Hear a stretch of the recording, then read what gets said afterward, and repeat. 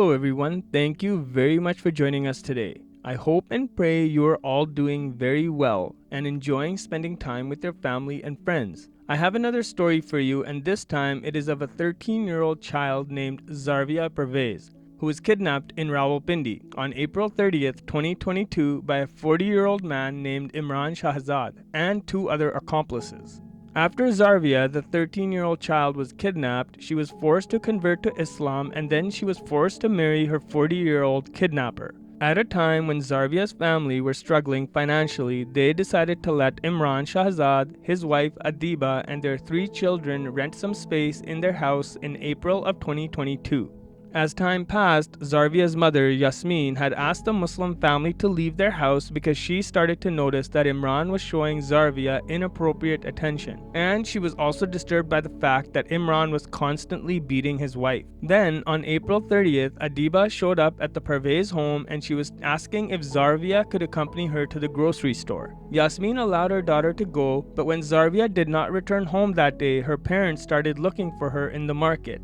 But by then, she had already been kidnapped. Later on, Imran Shahzad sent a voice message to Yasmin via WhatsApp saying he would never return Zarvia. The next day, Zarvia's family filed a complaint at the Sadiqabad police station in Rawalpindi. And within 2 weeks, the Muslim couple were arrested, Zarvia was recovered. Then, during the court trial in Rawalpindi in front of a magistrate, Zarvia claimed that she had embraced Islam and entered into a marriage with Imran Shahzad in a free will and consensual manner. It is a fact that in private, Zarvia revealed to her mother that she had been threatened by Imran, and if she did not give this statement, all of her brothers would be killed. Yasmin Pervaiz began fighting a legal battle to regain custody of her underage daughter. But on July 13, 2021, the Rawalpindi judge rejected her request. Minorities are not treated fairly and they do not enjoy the rights of access to justice.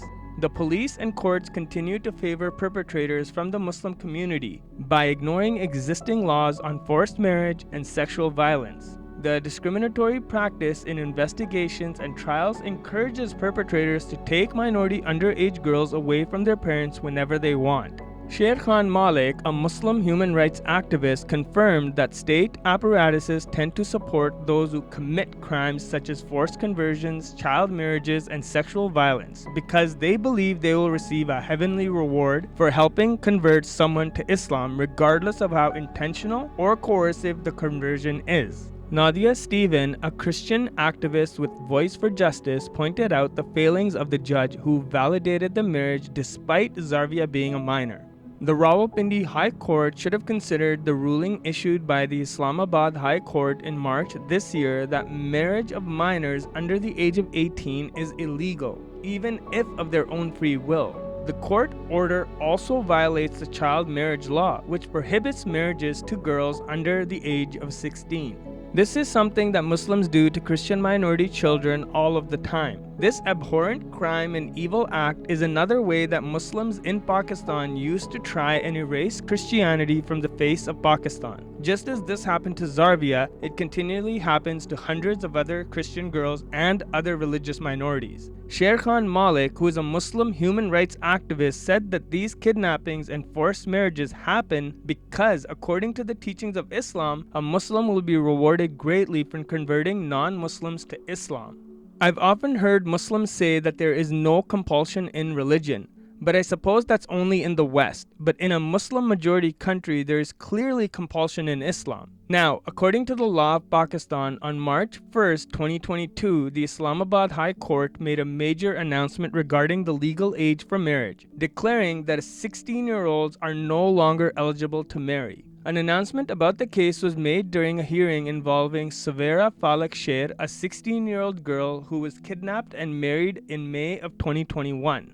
Babar Sattar, the judge who heard the case, ruled that girls under the age of 18 cannot marry or be forced to marry by their parents.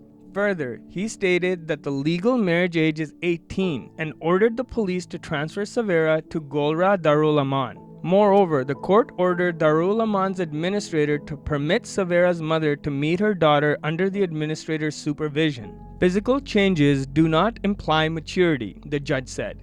Also, it has been suggested the Muslim ordinance should clarify the minimum marriage age is 18 years old. I'll leave a link in the description if you're curious as to what the legal age of marriage is in other provinces of Pakistan. Now, don't you find it strange that Zarvia, who is 13, was forced to stay with her kidnapper even when she is just a 13-year-old child? The court clearly ignored its own laws. This begs the question, why make laws if you're not going to follow them?